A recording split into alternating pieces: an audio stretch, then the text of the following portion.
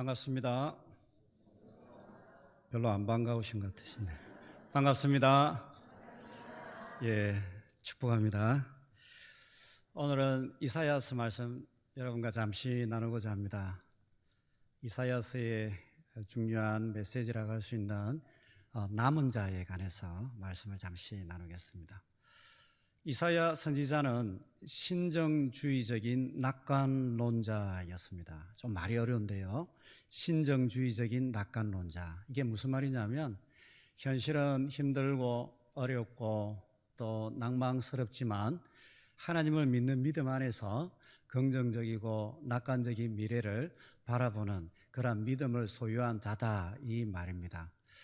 우리가 이사야서를 조금 살펴보면 이사야 당대의 상황은 북쪽에서는 아시리아와 바벨론이 침략을 해 내려오고 또 남쪽에서는 에집트가 침략해서 올라오고 또 국내의 상황을 보면 종교적으로도 굉장히 혼탁하고 하나님을 믿는 참된 남은 자가 아주 적은 그러한 상황이었는데, 그럼에도 불구하고 이사야 선지자는 믿음 안에서 긍정적이고 밝은 미래 또 공동체, 새하늘과 새 땅을 바라보는 그러한 선지자였습니다.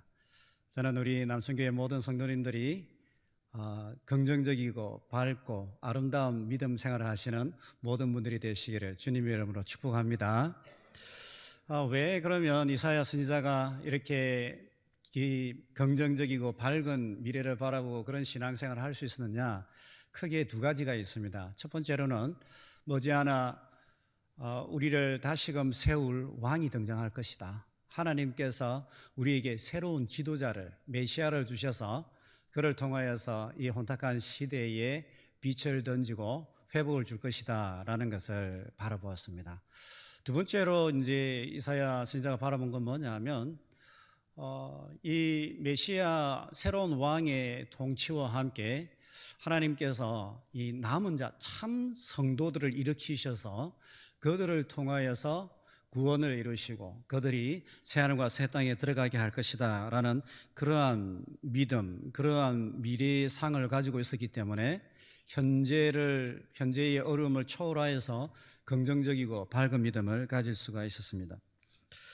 여러분, 우리가 이 신약과 구약 모든 성경을 보면 참 제가 이렇게 질문을 해보면 어떨까요? 모든 하나님의 백성들이 구원을 경험할까요? 여러분 어떻게 생각할까요? 모든 이스라엘 백성들, 그러면 조금 더 구체적으로 모든 이스라엘 백성들이 하나님의 구원을 경험하고 그들이 새하늘과 새 땅에 들어간다라고 성경은 말하고 있습니까? 모든 사람이 들어갈 것 같으면 제가 이 질문 안 했겠죠, 그죠? 그죠? 여러분 아마 마음속으로 생각하셨을 텐데 성경은 절대 그렇게 이야기하지 않습니다. 남은 자들이 하나님의 구원을 경험할 것이다. 하나님의 참 백성들이 일어날 것이고 그들을 통하여서 하나님께서 새 창조를, 구원을 일구어 가시고 그들을 통하여서 새하늘과 새 땅이 우리 가운데 임하게 할 것이다 라고 말씀을 전하고 있습니다. 남은 자들에 대한 고전적인 메시지는 어디에 등장하느냐 하면 열왕기 상하를 보면 나타납니다. 여러분, 열왕기 17장, 18장, 19장을 보면 엘리야 메시지가 등장을 하죠. 이 엘리야 메시지를 보면 아합과 이세벨 왕이 바알과 아세라 우상을 권장을 합니다. 여호와도 섬기고 바알과 아세라 신도 섬겨라. 다 섬겨도 된다. 여호와 섬겨도 된다. 그러나 바알과 아세라를 섬겨야 고위직에 올라갈 수 있고 성진을 할 수가 있고 생활이 안정되고 여호와를 섬기면 삶이 힘들어질 거야 라고 이 아합과 이세벨이 종교 혼합 정책을 펴기 시작합니다. 자, 그러니까 하나님을 믿는 백성이라 하지만은요 은연중에 먹고 살아야 되잖아요. 그러다 보니까 바알과 아세라를 섬기게 되고, 그리고 이제 급기야 시간이 지나면 지날수록 여호와를 믿는 야훼 신앙이 거의 멸절할 정도까지 이제 북이스라엘이 타락하게 됩니다. 그때 분연히 일어난 사람이 있는데 여러분 잘 아시다시피 엘리야 선지자이죠. 엘리야 선지자가 바알과 아세라는 참신이 아니다. 여호와 하나님을 우리가 섬길 적에 하늘에 비를 내리시고 우리가 참된 구원과 번영을 누리게 될 것이다 라는 것을 이제 개혁 운동으로 일으키게 됩니다. 급기야 갈멜산에서 바알과 아세라 선지자와 이 엘리야 한 사람이 대결을 일으키게 되고 하늘에서 하나님께서 불을 내려서 응답하게 되고 또 나중에는 비를 내려서 응답하게 될 적에 여호와 하나님이 참 신이시다라는 것을 만방에 알려지게 되고 또 그러한 개혁운동이 일어납니다. 그런데 문제는 그때부터 일어나는 거예요. 뭐냐면 직장생활하면 한 사람만 우리를 힘들게 하겠다라고 해도 얼마나 어떻게 보면 눈에 가시 같고 힘들겠습니까 여러분? 그런데 일국의 왕과 왕비가 엘리야 선지자를 죽이려고 이제 쫓아드는 거예요. 쫓아다니는 거예요. 그러니까 아무리 믿음 좋은 이 엘리야 선지자이지만 또 하나님이 도망가라, 광야로 도망가라 하니까 도망을 가죠. 광야 로뎀 나무 밑에 누워가지고 이게 이제 자기의 삶을 돌아보니까는 위대한 개혁 운동을 일으키기도 했지만은 그런데 또 삶은 힘든 거예요. 현실은 힘든 거예요. 여러분 그러지 않나요? 하나님 믿을 때도 있지만은 또 삶을 돌아보면 또 힘든 때도 있지 않나요? 안 그러신 것 같네요. 보니까 그런 때가 있지 않습니까? 이게 삶의 굴곡이 있고 그런데 엘리야가 보니까 정말 대단한 믿음의 사역을 하고 하늘에서 불이 떨어졌음에도 불구하고 일국의 왕과 왕비가 죽이려고 쫓아다니니까 정신을 못 차리겠는 거예요. 그래서 엘리야가 로뎀 나무 아래에서 누워가지고 사기 신세에 한탄을 합니다. 하나님 이게 뭡니까? 하나님 내가 하나님 나라를 위해서 목숨 걸고 싸우고 개혁 운동을 일으켰는데 지금 내 죽기 일보 직전이고 내 혼자 남아가지고 이제 거의 이제 뭐 다 자포자기 상태입니다. 자기 신세 한탄을 합니다. 그때 하나님께서 열왕기상 19장 18절 말씀에 대단한 말씀을 하십니다. 엘리야야, 너 혼자 남아있는 것이 아니라 아직도 바알에게 무릎 꿇지 아니한 몇천 명이 남아있다고요? 그렇죠. 7천 명이 남아있다. 힘내라. 남은 자들이 남아있다라고 이야기하는 것입니다. 그런데 여러분 이 사건에 대하여서 사도 바울이 로마서 이제 신약입니다. 로마서 11장 3절에서 5절 말씀을 보면요, 사도 바울이 이렇게 그것을 해석을 합니다. 주여 그들이 주의 선지자들을 죽였으며 주의 제단들을 헐어버렸고 나만 남았는데 내 목숨도 찾나이다 하니 그에게 하신 대답이 무엇이냐? 내가 나를 위하여 바알에게 무릎을 꿇지 아니한 사람 7천 명을 남겨두었다 하셨으니, 이게 중요합니다. 그런즉 이와 같이 지금도 은혜로 택하심을 따라 남은 자가 있느니라. 엘리야 시대 때도 남은 자가 있었고 바울 시대 때도 남은 자가 있었고 오늘날 우리 시대에도 하나님을 진심으로 찾고 하나님의 말씀이 선포되면 거기에 감동이 일어나고 하나님 나라를 위해서 삶을 살아가고자 하는 그러한 거룩한 열망을 가진 남은 자들이 이 시대에도 있다라는 것을 말씀하고 있는 것입니다. 이사야 선지자도 이 남은 자에 대해서 말씀을 하고 있습니다. 남은 자에 대한 대표적인 이미지가 무엇이냐면 그루터기입니다. 이사야 6장 13절 말씀을 보면 그루터기가 등장합니다. 여기 그루터기가 있죠. 이 나무 둥치는 이 북이스라엘과 남유도를 보여주는데 하나님의 심판에 의해 가지고 나무가 잘린 거죠. 나무가 잘렸는데 여기에서 새싹이 일어나는 거예요. 새싹이 일어나게 되고 이 새싹을 통하여서 새로운 나무가 쫙 일어나게 되는 것을 이야기하는 것입니다. 자, 여러분, 우리 시대에도 이 남은 자들을 통하여서 일하게 되시는 하나님의 역사는요, 구약이나 신약에 동일하다라는 것을 말씀하고 있는 것입니다. 이사야 30장 17절 오늘 본문을 보면 한 사람이 꾸짖은적 1000사람이 도망하겠고 5이 꾸짖은적 너희가 다 도망하겠고 너희 남은 자는 겨우 산 꼭대기에 깃대 같겠고 너희 남은 자는 아주 소수다라는 것을 이야기하고 있습니다.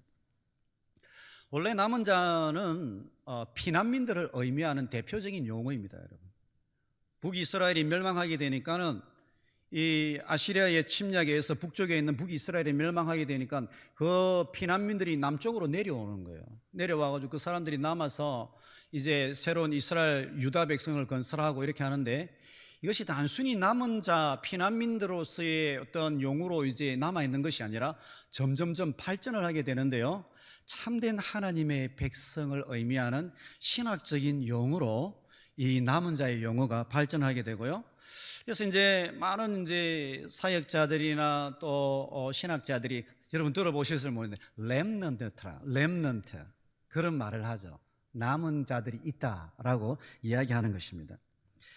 이사야 1장에서 39장에는 이 남은 자에 대해서 아주 이제 미미하게 이렇게 이제 메시지를 전하게 되는데 40장 이후로 가면 이 남은 자들을 중심으로 남은 자들에게 주의 성령이 임하고 남은 자들을 통하여서 그 무너졌던 공동체가 새롭게 재건되고 남은 자들을 통하여서 하나님의 위로가 일어나게 되고 하나님 나라가 그 이스라엘 무너진 공동체 가운데 일어나는 영광스러운 백성이 일어나는 그러한 메시지들을 이사야 선지자는 전하고 있는 것입니다.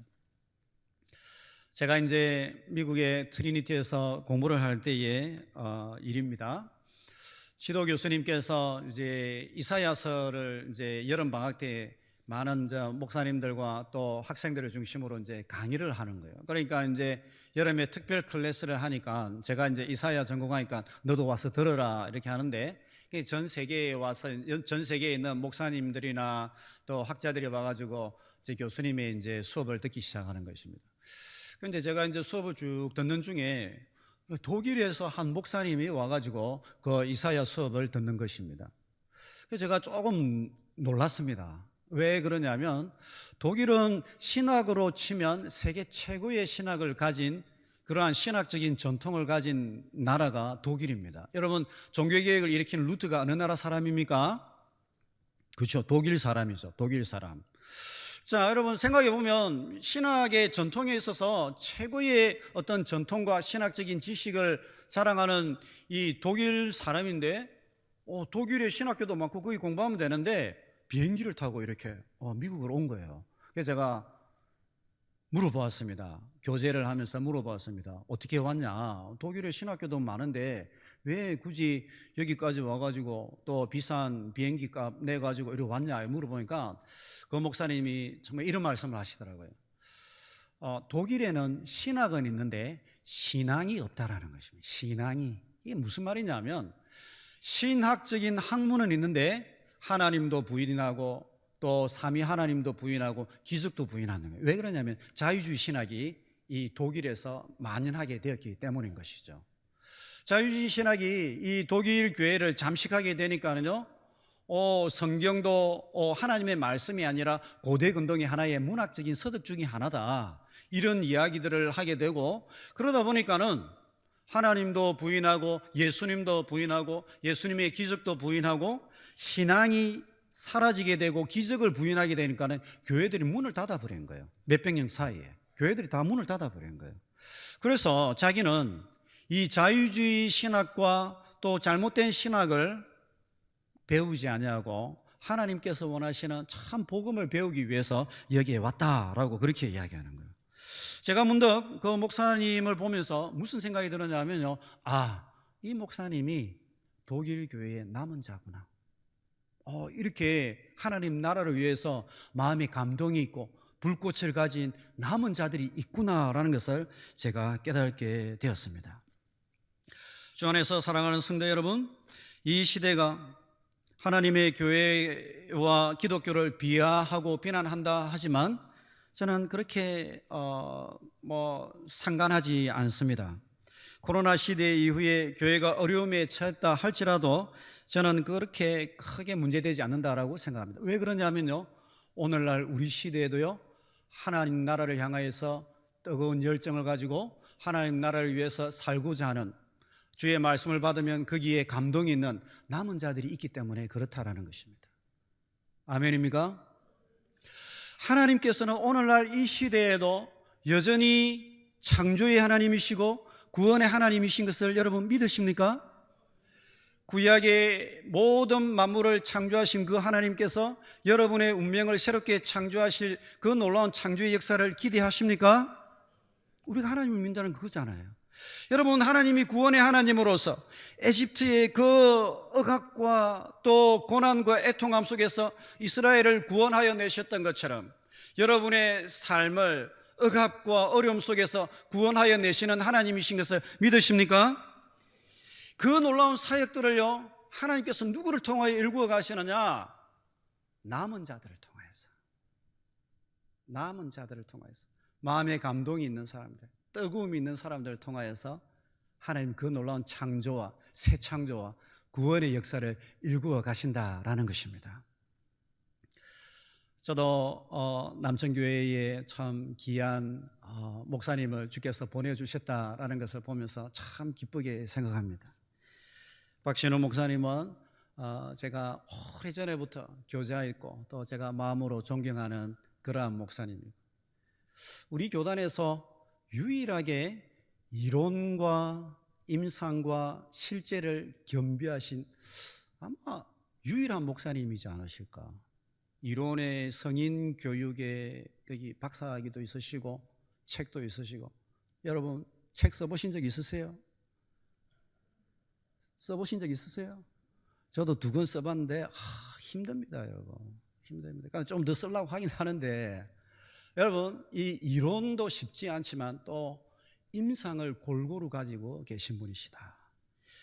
이제 목사님과 오래 교제하면서 제가 이제 목사님 책상에 보면 항상 이 3가지 질문이 있습니다. 최선을 다했습니까? 목사님 책상에 보면 항상 이 질문이 있어요. 최선을 다했습니까? 숨이 찰 때까지 했습니까? 3번째가 가장 중요한 질문인데, 주를 위해 했습니까? 여러분도 써두시길 바랍니다. 모든 사역을 하면서 하나님 나를 또 주님을 예배하면서 항상 최선을 다했습니까? 이걸 질문하는 거예요. 옛날에나 지금이나 보면 그러한 질문을 딱 책상에 숨이 찰 때까지 했습니까? 그 다음에 3번째로는 주를 위하여서 했습니까? 우리가 보면 막 사역하긴 하는데 은근히 우리도 깜빡깜빡 할 때 있잖아요. 주님을 위해서 해야 되는데 나를 위해서 할 때가 있잖아요. 자칫 잘못하면. 근데 그게 아니다라는 것이죠. 주님을 위해서 했습니까?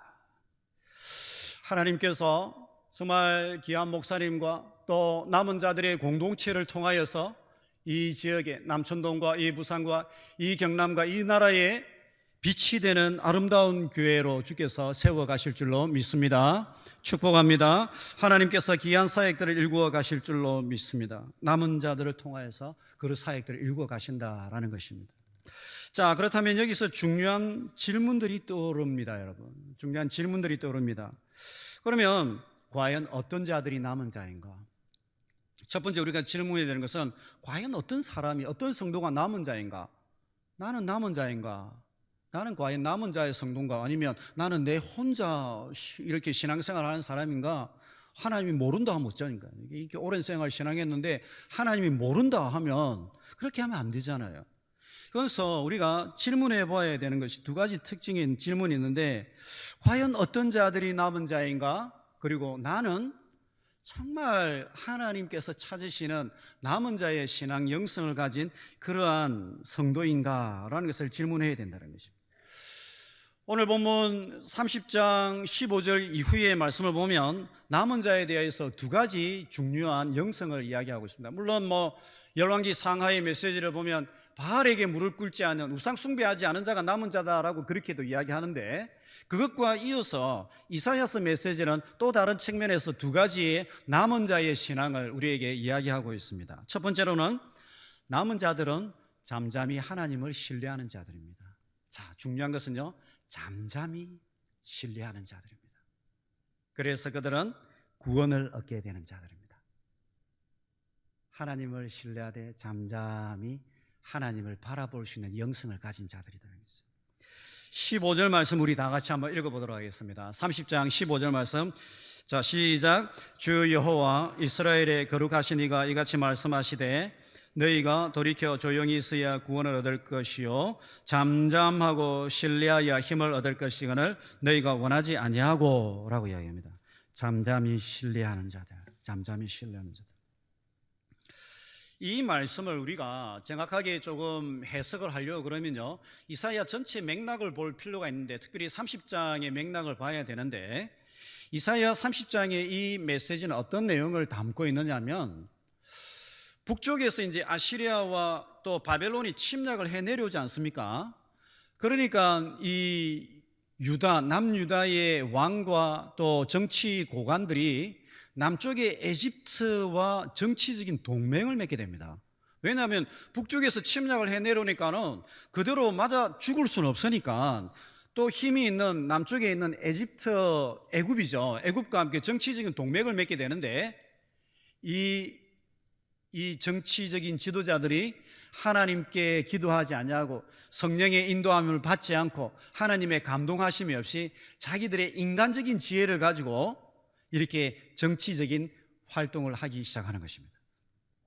그때 이사야 선지자가 이사야 20장을 보면 이 정치적인 동맹이 하나님 앞에 잘못된 것이고, 만약에 에집트와 정치적인 동맹을 맺게 되면 우리나라가 이렇게 벗은 몸과 벗은 발로 포로로 잡혀갈 것이다 라는 것을 보여주게 되는데, 어떻게 하느냐면요, 이사야 선지자가 예루살렘 이 도시 중앙에 가가지고 벗은 몸과 벗은 발로 돌아다니면서 3년 동안 시위를 합니다. 여러분 같으면 그렇게 하겠습니까? 이 남춘동 앞에 가가지고 옷 다 벗고 팬티만 입고 3년 동안 벗은 몸과 벗은 발로 신발도 신지 않고 돌아다니라고 그렇게 하면 여러분 돌아다닐 수 있겠습니까? 우리나라가 이렇게 에집트와 정치적인 동맹을 맺으면 이렇게 벗은 몸과 벗은 발이 돼가지고 저렇게 끌려갈 것이다 라고 하나님 말씀하셨는데, 여러분 보고 3년 동안 그렇게 하라면 할 수 있겠습니까? 과연 나는 할 수 있을까? 사람들이 보면 미쳤다 안 하겠습니까? 이사야서 이제 그렇게 했어요. 왜 그러냐면요, 하나님의 말씀이 너무나도 확고하니까, 하나님의 말씀이 너무나도 확고하니까 벗은 몸과 벗은 발로 이사야서 그렇게 하나님 믿었어요. 여러분 그렇게 믿었어요. 자 여러분, 그런데 이 이스라엘의 지도자들이요, 그 하나님 말씀 따르지 않아요. 정치 지도자들이. 뿐만 아니라 30장 9절에서 10절 말씀을 보면 일반 백성들도 너무 분주하고 너무 시끄럽고 너무 우왕좌왕하면서요, 하나님의 선지자의 메시지를 받지 않는 거예요. 주께서 우리를 돌보시고 이끌어 가실 것이다 라고 이야기하는데 그걸 받아들이지 아니하는 것입니다. 자, 이렇게 정치 고관들로부터 일반 백성에 이르기까지 하나님의 말씀과 하나님의 메시지가 없는 시대가 이 이사야 선지자의 시대였던 것이죠. 그때에 이러한 상황 속에서 이사야 선지자가 너희가 잠잠히 하나님을 신뢰하여야 구원을 경험하고 힘을 얻게 될 것이다 라고 말씀하였던 것이죠. 자 여러분, 여기서 조용히 있는다라는 말은 진짜 입 다물고 가만히 있다 이 말을 의미하는 것이 아니라요, 분주함과 또 요동치는 그 상황 속에서요, 마음을 하나님께 집중할 수 있는 영성을 의미합니다. 우리의 마음을 하나님께 가다듬고 하나님께 집중하고 하나님을 기대할 수 있는 그러한 영성을 의미하는 것이죠. 여러분, 정말 우리의 신앙생활 속에 아이러니한 게 있지 않습니까? 정말 아이러니한 것이 뭐냐면요, 하나님을 믿는데 하나님이 우리 마음속에 없는 것. 하나님을 오랫동안 믿는다라고 했는데 하나님이 우리 마음속에 없고 하나님의 말씀이 우리 가운데 없는 것, 이것이 우리 신앙의 아이러니인 거예요. 이스라엘 백성들의 상황이 그랬다라는 것입니다. 하나님을 믿고 예배는 드리는데 정치적인 상황에 그들의 분주함, 그들의 걱정 근심, 그들의 욕심, 그들의 과도한 그러한 정치적인 책략으로 인하여서 예배도 있고 제사도 있는데 중요한 것이 빠졌는데 하나님이 그들 가운데 없었다라는 거예요. 이스라엘 백성들과 하나님 백성들의 가장 큰 아이러니, 신앙의 아이러니가 그거였다는 것입니다.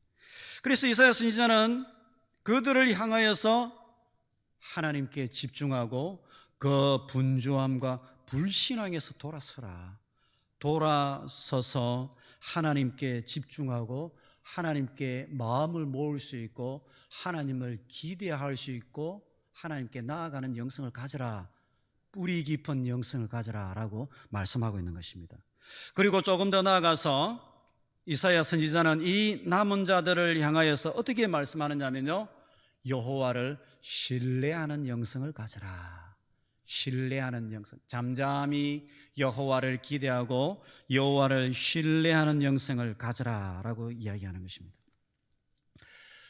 여러분, 우리는 보편적으로 다 하나님의 백성이다라고 하면 하나님을 믿는 사람이다, 하나님을 신뢰하는 백성이다라고 이렇게 이야기하지 않습니까? 그러면 하나님을 신뢰한다라는 이것이 무슨 말일까요, 여러분? 하나님을 신뢰한다, 여러분의 마음속에 하나님을 믿는다, 하나님을 신뢰한다라는 이 말씀은 어떤 의미인가요, 여러분? 하나님을 신뢰한다라는 것은 어떤 의미인가요? 여러분 마음속으로 한번 생각해 보십시오. 내가 하나님을 믿는다는 것은 뭐야? 내가 하나님을 믿는다는 것은 무엇을 의미합니까? 여러분, 제가 하나님을 믿는다라는 이것이 무엇인가 참 이제 묵상하면서요, 시편의 말씀을 보는데, 하나님을 신뢰한다라는 이 말씀은요, 하나님을 의지한다라는 말씀과 동격입니다. 하나님을 신뢰한다라는 이 말씀은 하나님을 의지한다라는 말씀과 동격입니다. 시편을 보면 다윗이 숱한 고난을 겪게 됩니다. 정치적인 정적이 있고 그 주변에 그를 죽이려고 하는 뒤통수 치는 그러한 사람도 많이 있고 또 그의 삶 자체가 때로는 죄악으로 범죄함으로 인하여서 미끄러지기도 하고 넘어지기도 하는데요, 그때마다 다윗이 고백했던 고백이 있습니다. 여러분, 그게 뭔지 아십니까? 여러분, 나의 피난처이신 여호와를 의지한다, 이 이야기를 계속합니다. 내가 하나님을 의지합니다. 하나님을 의지합니다. 여러분 시편 한번 유심히 한번 보세요. 의지합니다라는 이 단어를 한번 줄을 한번 쳐보세요. 몇십 번이 등장합니다. 그래서 제가 하도 궁금해가지고 하나님을 의지한다라는 이 표현이 어떤 표현인가 히브리어를 한번 찾아보았습니다. 찾아보니까는 원어는 뭐라고 표현하고 있냐면, 하나님을 의지한다라는 이 말은요, 하나님을 신뢰한다라는 이 표현과 동격인 거예요.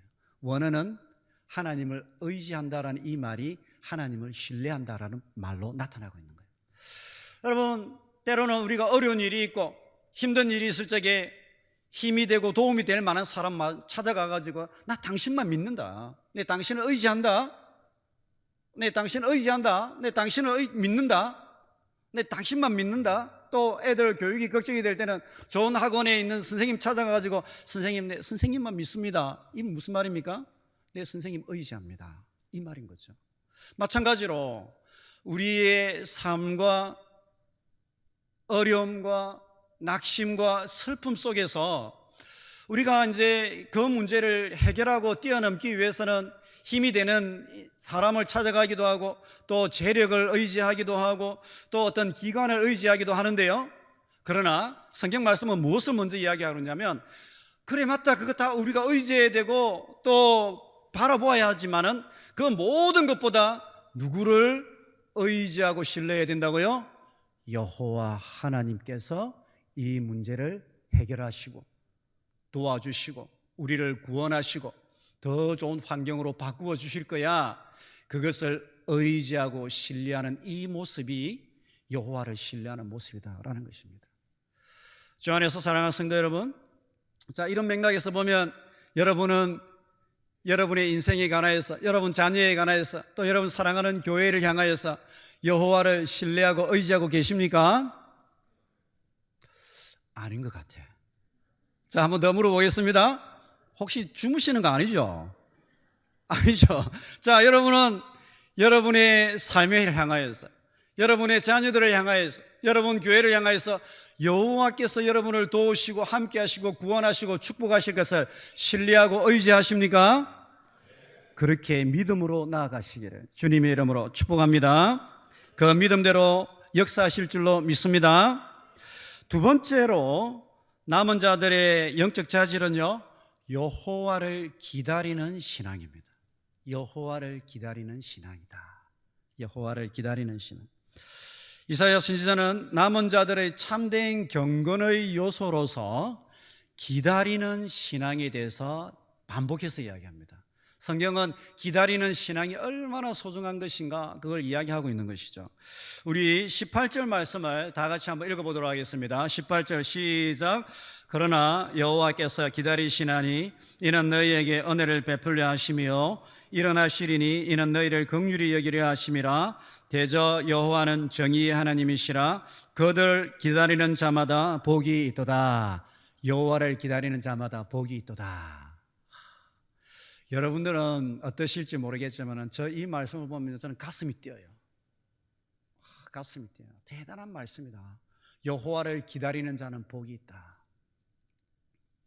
삶을 통하여서 여러분 여호와를 기다려 보신 적이 있습니까? 그게 무슨 말입니까? 믿으면 믿었지 뭐 기다리는 건 또 뭡니까? 여러분 기다려 보신 적이 있습니까? 하나님께서 일하시고 역사하실 것을 기대하면서요 기다려 보신 적이 있으십니까? 정말 아이러니하지만은요, 우리 한국 사람들이 가장 힘들어하는 게 뭔지 아십니까, 여러분? 기다리는 겁니다. 우리 한국 사람 가장 힘들어하는 게 기다리는 거예요. 그래서 코로나 시절에 엘리베이터 보면, 엘리베이터 버튼에 보면 필름이 붙어 있잖아요. 그 필름에 보면 다른 데는 다 괜찮은데 이 버튼에는 다 찢어져 있는 거예요. 그게 뭔지 아십니까? 문 빨리 닫는 그 버튼, 거기에 보면 항상 찢어져 있어요. 우리가 약간 기다리는데 좀 어려움이 있는 거죠. 우리 민족은 좀 빨리 성장하고 빨리 결과물을 내고 이렇게 해야 되는데, 그런데 성경은 잠잠히 기다려라라고 해요. 무르익으려면 기다려야 된다. 무르익으려면 기다려야 된다라고 이야기합니다. 이 본문에서 히브리어 기다린다라는 이 용어는 하카인데요, 기다린다라는 뜻이 있고 바라본다라는 뜻이 있고 인내한다라는 뜻이 있고 더 중요한 뜻이 있는데요, 바라보면서요 닮아간다라는 뜻이 있습니다. 누군가를 기다리면서요 우리는 누군가를 닮아가는 거예요. 돈을 기다리는 사람들은 돈하고 비슷하게 닮아가겠죠. 여러분은 여러분의 인생 가운데 누구를 기다려 보신 적이 있는지 모르겠습니다. 오늘 이 본문에 보면 이 기다린다라는 표현은 한 번 기다린다라는 표현이 아니라 지속적으로 기다린다라는 의미를 가지고 있습니다. 여호와를 지속적으로 삶 속에서 기억하면서 여호와를 바라보고 여호와와 동행하는 신앙을 우리에게 의미하고 있는 것이죠. 삶을 통하여서 여호와를 바라보면서 하나님과 동행하는 삶의 양식, 삶의 양식으로서의 예배를 우리에게 이야기하고 있는 것입니다. 우리는 여기서 한번 질문해 보아야 합니다. 그건 뭐냐면, 왜 성경이라면 여호와를 예배하는 자가 복이 있을 것이다 라고 이렇게 이야기하는 게 맞는데 왜 여호와를 기다리는 자가 복이 있다라고 이야기할까? 왜 우리가 일반적으로 생각하면 성경이라면 여호와를 예배하는 자가 복이 있도다라고 이야기하는 게 더 맞는 것 같은데 왜 이 본문은 여호와를 기다리는 자가 복이 있다라고 말하고 있는 것일까요? 여기에는 심오한 의미가 여러분 담겨져 있습니다. 그게 뭐냐면요, 이스라엘 백성들이 포로 상황 속에 놓이게 되면서요 예배를 드리고 싶어도 드리지 못하는 상황들이 있는 거예요. 여러분 정말 복 받으신 거예요. 예배를 드릴 수 있잖아요. 그런데 예배를 못 드리는 분들도 많이 있어요. 일단은 먼저 병원에 병실에 누워있는 분들 예배 드리고 싶어도 못 드리고요, 그리고 북한에 있는 우리 동포들 예배 드리고 싶어도 예배 못 드려요. 그러면 포로 상황 가운데 있는 이스라엘 백성들이 어떻게 하나님을 예배하고 하나님과 동행하는 삶을 살아갈 수 있느냐? 그것은 다름이 아니라 여호와를 기다리는 신앙을 가지고 하나님과 동행하는 삶을 살아갈 수 있는 거예요. 무엇을 기다리는 것입니까? 하나님께서 우리를 포로에서 구원하실 것이다. 병실에 있는 분들은 하나님께서 나를 치료하셔서 내가 예배의 자리로 가서 하나님을 예배할 수 있을 것입니다. 북한 동포들은 하나님께서 우리에게 자유를 주셔서 정말 교회가 세워지고 온전히 하나님을 기쁨으로 예배할 날을 하나님께 주실 것이야 하나님을 바라보고 기다리면서 하나님의 임재를 경험하고 하나님께서 역사하시는 하나님의 음성을 들으면서 삶을 통하여서 예배를 드리는 그 신앙생활을 유지할 수 있다는 것입니다.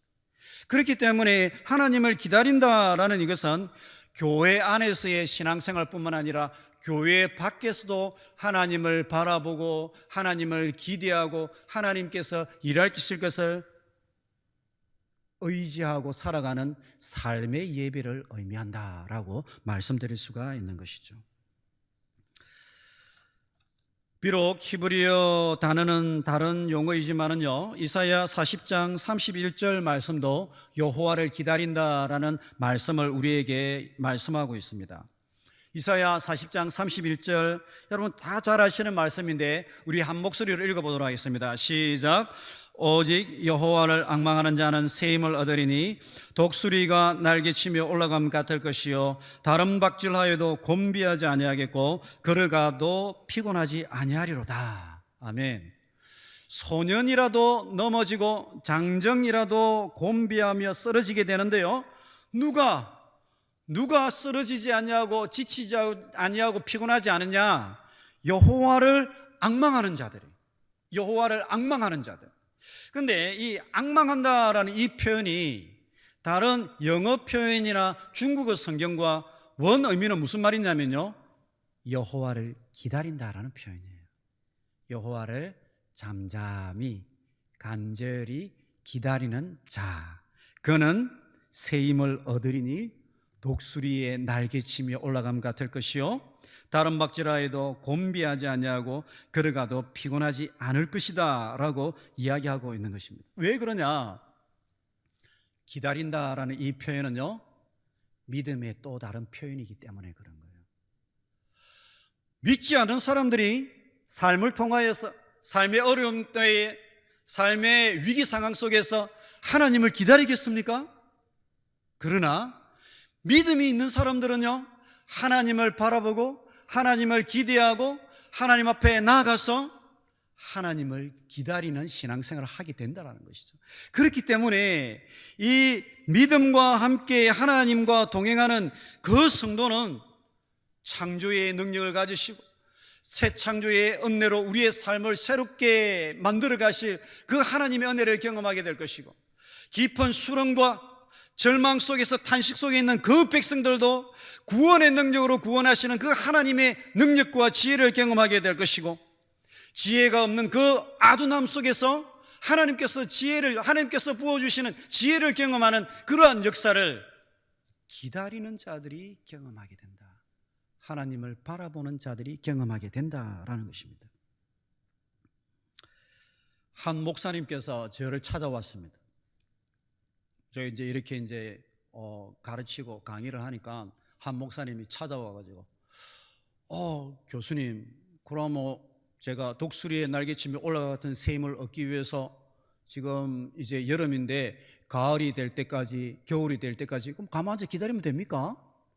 기다리면 됩니까? 이렇게 물어보는 거예요. 목사님이 할 질문은 아닌데, 제 생각에 가만히 앉아 기다린다, 물론 이게 물리적으로 가만히 앉아 기다린다라는 이 표현도 맞지만은 여호와 하나님을 기다린다라는 이 표현은, 여러분 구약성경과 신약성경 유심히 한번 보세요. 이 여호와 하나님을 기다린다라는 이 표현은요, 기도한다라는 말씀과 동격이고요, 하나님의 말씀을 묵상하고 배운다라는 말씀과 동격이에요. 다르게 말씀하면요, 여러분도 그러시겠지만 우리는 기도하면서 하나님을 향한 소망을 발견하게 되고 하나님을 기다리게 되는 거예요. 하나님의 지혜를 경험하게 되는 거예요. 말씀을 보면서 하나님의 위로를 경험하게 되는 거예요. 하나님의 음성을 듣게 되는 거예요. 그때에 세상 속에서 잠자고 있던 우리의 영혼이 깨어나는 거예요. 그때에 하나님께서 우리에게 말씀하시고 우리에게 새로운 비전을 주시고, 기도할 적에 하나님께서 교회를 향하여서, 우리의 생애를 향하여서, 자녀를 향하여서 하나님께서 주시는 음성을 듣게 되고 평안을 경험하게 되고 위로를 경험하게 되는 거예요. 기도를 안 해본 분은 모르는 영역인 거죠. 여러분 다 해보셨죠? 제가 지금 다른 이야기하고 있는 겁니까? 여러분 다 경험해 보셨잖아요. 제가 혼자 이야기하고 있는 거 아니죠? 만약에 이런 경험을 해본 적이 없다 그러면 오늘부터 여기 한번 앉아가지고 기도를 한번 해보십시오. 하나님께서 우리의 영혼을 깨우시고요, 하나님께서 우리의 영혼에 세임을 허락하여 주시고, 우리 인생 살아가다 보면 얼마나 크고 작은 문제들이 많이 있습니까? 자녀들 여러분 마음대로 됩니까? 저는 우리 집에 가면 적응이 안 돼요. 무슨 말이냐 하면, 학교에 있으면 학생들도 말 잘 듣고 다 친하고 또 교수님들과 편안하고 이러는데, 학교에 가면 집에 오면 우리 애들이 사춘기가 돼가지고 말을 안 들어요. 방에 뭐 질문하러 들어가면 아빠 문 닫고 나가세요. 집에 자기 방에 자기 영역에 들어오지 말라고 그래. 뭐 말을 하면 애들이 퉁명스럽게 말을 안 들으니까 이놈들이 목사의 아들이 맞나 싶은 생각이 드는 거예요. 이 말 해도 될지 모르겠지만은, 한 번은 이제 제가 항상 토요일 저녁이 되면 주일날 이제 사역을 해야 되니까는 걱정이 되고 부담이 있으니까 토요일 저녁에 기도를 하러 이제 종종 갑니다, 교회에. 근데 토요일날 기도하러 가기 전에 집에서 아들하고 눈이 마주친 거예요. 애가 하도 요즘에 이제 컴퓨터 게임이나 이런 거 좋아하니까, 얘야 내가 오늘 기도하러 가가지고 너 컴퓨터 게임 안 하고 성경을 사랑하고 또 책을 사랑할 수 있는 그런 하나님의 사람이 되도록 그렇게 기도하고 오겠다. 내가 너를 위해서 책을 사랑하고 성경을 사랑하는 사람이 될 수도 기도하겠다. 쫙 이렇게 이야기를 했어요. 우리 애가 뭐라고 하냐면 백날 해봐라. 백날 해봐라. 와, 내가 진짜 그 이야기 듣고 나서 내가 애를 신앙생활을 잘못 가르쳤네, 내가 진짜. 그래서 제가 그날 가가지고 참 기도했습니다. 하나님, 우리 애에게 소망을 주십시오. 이 아이가 변화될 수 있도록 하나님 은혜를 내려주십시오. 우리 애는 그 정도로 그거 아닙니다. 제가 예를 들어서 한 거죠. 그 정도로 아닙니다, 여러분. 그 정도로 심각한 상태 아닙니다. 이번에 수련회 갖고 잘하고 있습니다, 여러분. 그런데 그 이야기를 저한테 하는 거예요. 그래서 제가 그렇게 이야기하면, 빠르세요. 네, 컴퓨터 안 할게요. 이럴 줄 알았죠. 그런데 백날 해봐라. 하나에 참 어이가 없어가지고. 그런데 여러분, 기도하면요, 애들이 바뀌는 줄로 믿습니다. 그래가지고, 그 다음날 제가 또 아내한테 그 이야기를 좀 했죠. 그러니까 또 아내도 평소 때 마음이 있었는데, 9시에 모여가지고 성경 한 구절 가족끼리 앉아서 외우고, 또 기도하고 그렇게 하자. 이렇게 해가지고 9시마다 저녁에 모여서 성경 읽고 기도하고 그렇게 해요. 여러분들 다 자녀 교육 잘 하시죠? 제만 이런 거 아니죠? 여러분 다 잘하고 계시죠? 여러분, 자녀도요 마음대로 안 돼요. 여러분 되는 줄 아세요? 하나님이 은혜 주셔야 되는 줄로 믿습니다. 그런데 기도하고 말씀을 나누고요, 또 하나님의 은혜를 간구하게 되면 하나님께서 거기에서요 만져주시고 지혜를 주시고 깨닫게 하여 주시고, 또 제가 또 이런 이야기 또 애들한테 또 이야기하지 않습니까? 그럼 자기도 또 미안하다고 그래 해요. 니 그래 되겠나 이러면 멋쩍어 가지고 그렇게 해요.